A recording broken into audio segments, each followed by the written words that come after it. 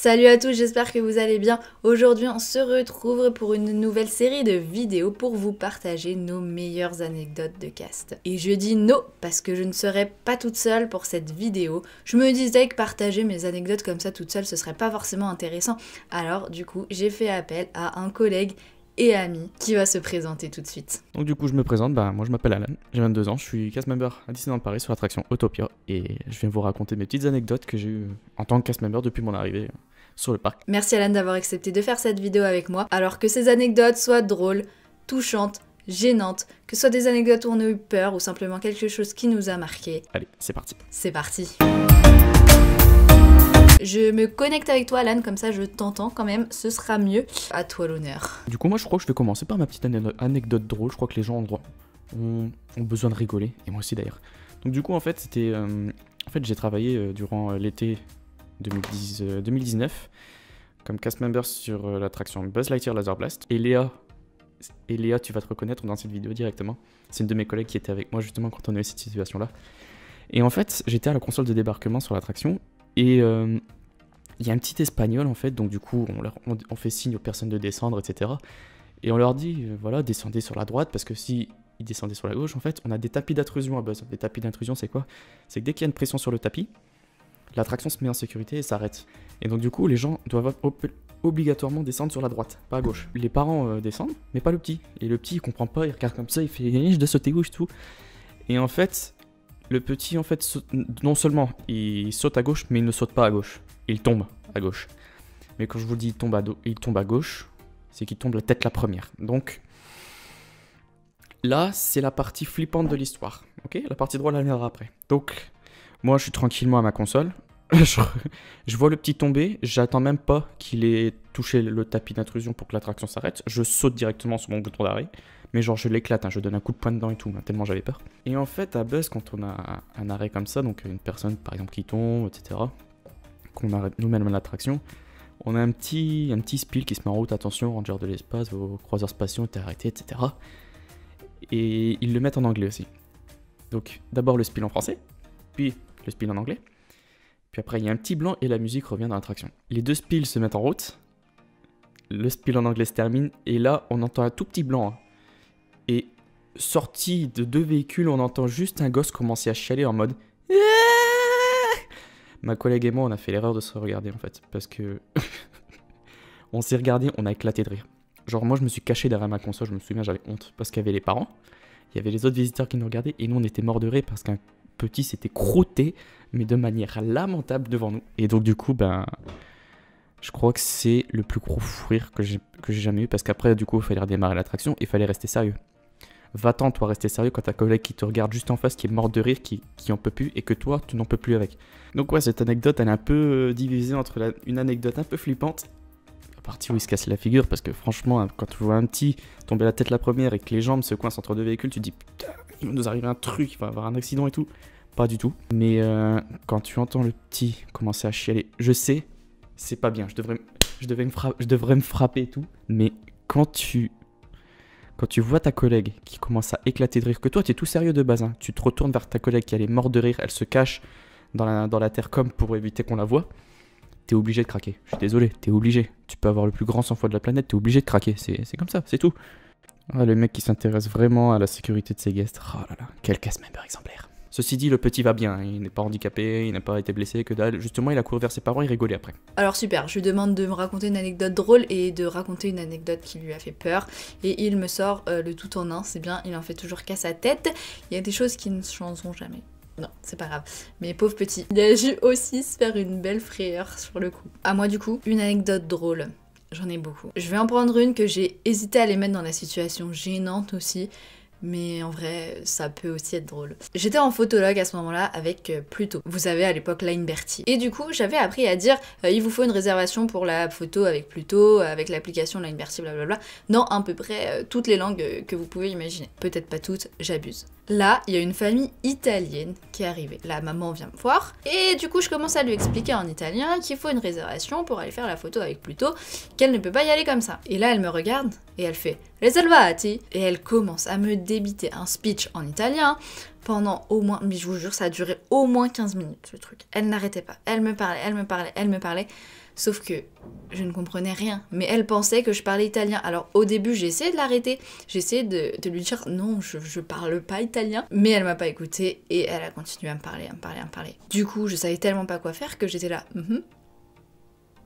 Et quand je voyais qu'elle disait un truc qui avait l'air drôle, je rigolais. Une catastrophe. Mon collègue à côté, qui savait très bien que je ne parlais pas italien, qui commence à rigoler, mais tout seul, mais d'un fou rire. Je pense que ma tête devait être assez comique à ce moment-là aussi. Quand la dame a fini de me raconter tout son speech, elle rigole, elle me tape l'épaule et puis elle s'en va avec toute sa famille. Et au final, c'est un moment dont je me souviens toujours. Ça m'apprendra à faire genre que je parle toutes les langues alors que je sais dire 3 mots dans la langue. La prochaine fois, je me tairai. Je pense que ce sera plus simple. Ok, du coup, une anecdote qui fait peur parce que moi, j'ai pas réussi à mélanger les deux. Une de mes plus grosses peurs à Disney. Clairement, j'étais sur Autopia à ce moment-là et je sais pas si vous avez à la réouverture d'Autopia, ils nous ont pondu un sol tout beau noir là, brillant. C'est vrai qu'il était beau ce sol, il y a rien à dire là-dessus. Par contre, il était super glissant.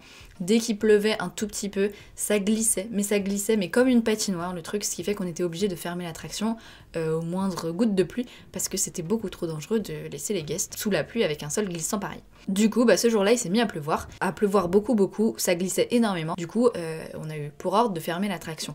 Et pour fermer l'attraction, on fait ce qu'on appelle un cyclage des voitures, c'est-à-dire que on amène les voitures une par une à un certain endroit du parcours et on les garde les unes derrière les autres pour qu'après on puisse tous les sortir. Et je sais pas si vous voyez comment est foutu Autopia, mais quand vous partez de la gare, vous avez directement une descente avec un virage en dessous. Mes collègues partent devant, je prends une voiture, je commence à descendre la descente. Et là, je sens la voiture qui glisse. J'enlève mon pied de la pédale. Vous savez, le moyen de freiner sur Autopia, c'est d'enlever son pied de la pédale. La voiture qui freine pas, qui continue à descendre. Et le problème, c'est que je ne pouvais rien faire. Il n'y a pas de pédale de frein sur laquelle appuyer ou quoi. Donc, j'étais accrochée au volant. J'avais envie de crier, mais je me suis retenue parce qu'il y avait quand même des guests qui faisaient la file d'attente avec des enfants pour aller sur les voies qui étaient moins inondées. Et là, j'arrive en bas du virage. La voiture qui dérape, mais complètement. Le rail m'a sauvé la vie, mais j'avais vraiment l'impression que la voiture allait dérailler, que j'allais sortir dans le décor, faire des tonneaux. Gros dérapage avec le bruit bien dramatique qui va avec là. En pleine vitesse, dérapage, et elle vient s'encastrer dans la voiture de devant. Je crois qu'il y avait encore une de mes collègues en plus qui était devant, qui s'est retournée en mode oulala, qu'est-ce qui se passe? Heureusement pour elle qu'elle était encore assise dans la voiture et qu'elle était pas debout parce que ça tamponnait tellement fort avec des bruits comme du verre cassé. Tout le monde nous regardait.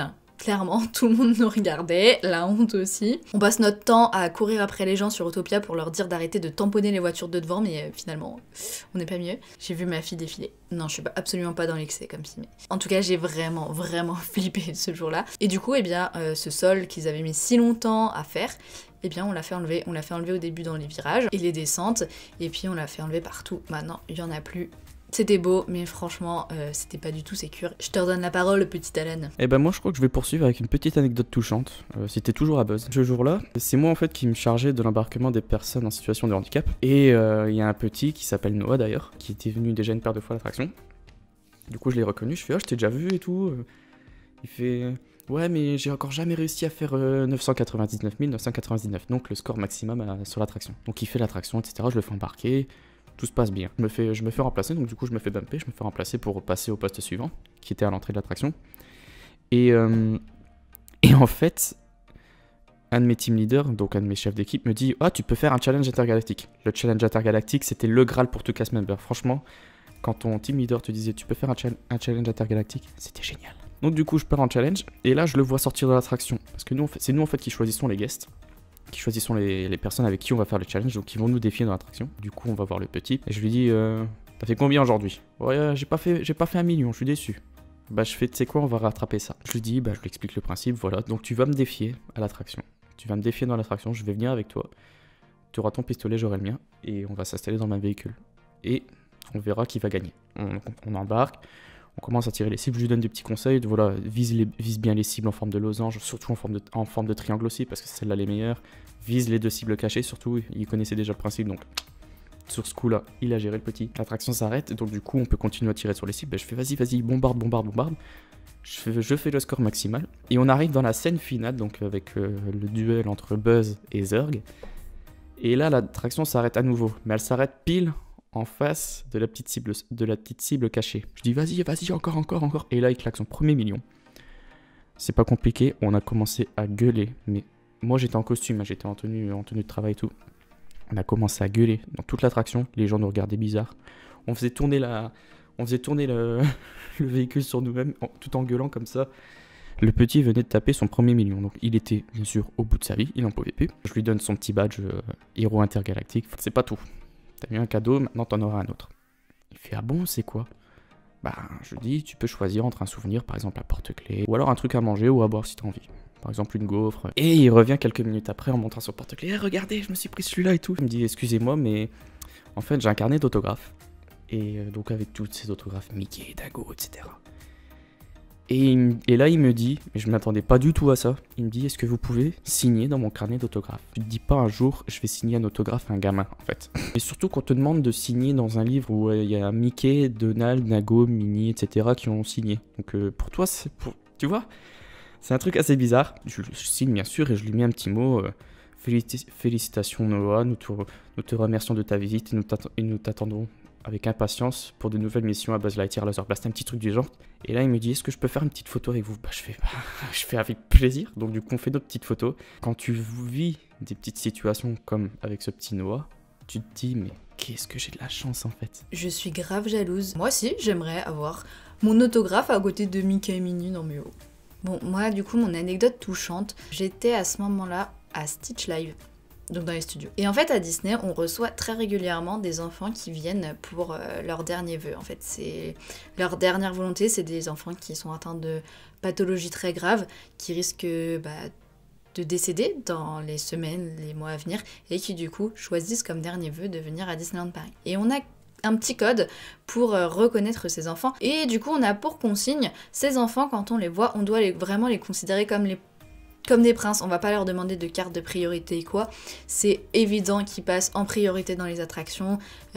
C'est évident que s'ils veulent faire des photos, même si elle a une Bertie, ils vont faire la photo avec leur personnage, ils passent devant. Donc je vois une petite fille arriver avec ses parents et je vois le code qui me fait dire eh bien c'est une petite fille qui fait son vœu à Disney. Du coup je prends le temps de parler un peu avec elle et puis je me mets à genoux, je me mets à sa hauteur, comme je fais avec beaucoup d'enfants d'ailleurs, et je lui demande est-ce qu'elle a passé une bonne journée, qu'elle s'amuse bien dans le parc. Elle me dit mais je sais pourquoi je viens là, c'est parce que c'est la dernière chose que j'avais envie de faire, mais tu sais moi j'ai pas peur de mourir. Alors déjà, entendre un enfant te dire ça fait quelque chose quand même. Je savais pas trop quoi répondre sur le coup. Je lui dis que quoi qu'il arrive, ça restera toujours la plus belle des princesses que j'ai jamais vue. Alors là, elle sourit, forcément. Sourire trop mignon. Et elle me fait, est-ce que tu peux me promettre quelque chose? Et je fais, oui, je te promets tout ce que tu veux. Et elle me dit, je sais que papa, maman, ils sont tristes, mais j'ai envie que tu me promettes que dès qu'ils viendront ici, ils seront toujours heureux. J'ai eu envie de pleurer. J'ai eu vraiment envie de pleurer, mais retiens-toi. Et je fais, je te promets, papa et maman seront toujours heureux quand ils viendront ici et je serai toujours là pour papa et maman. Et du coup, elle m'a fait un gros câlin, un gros câlin.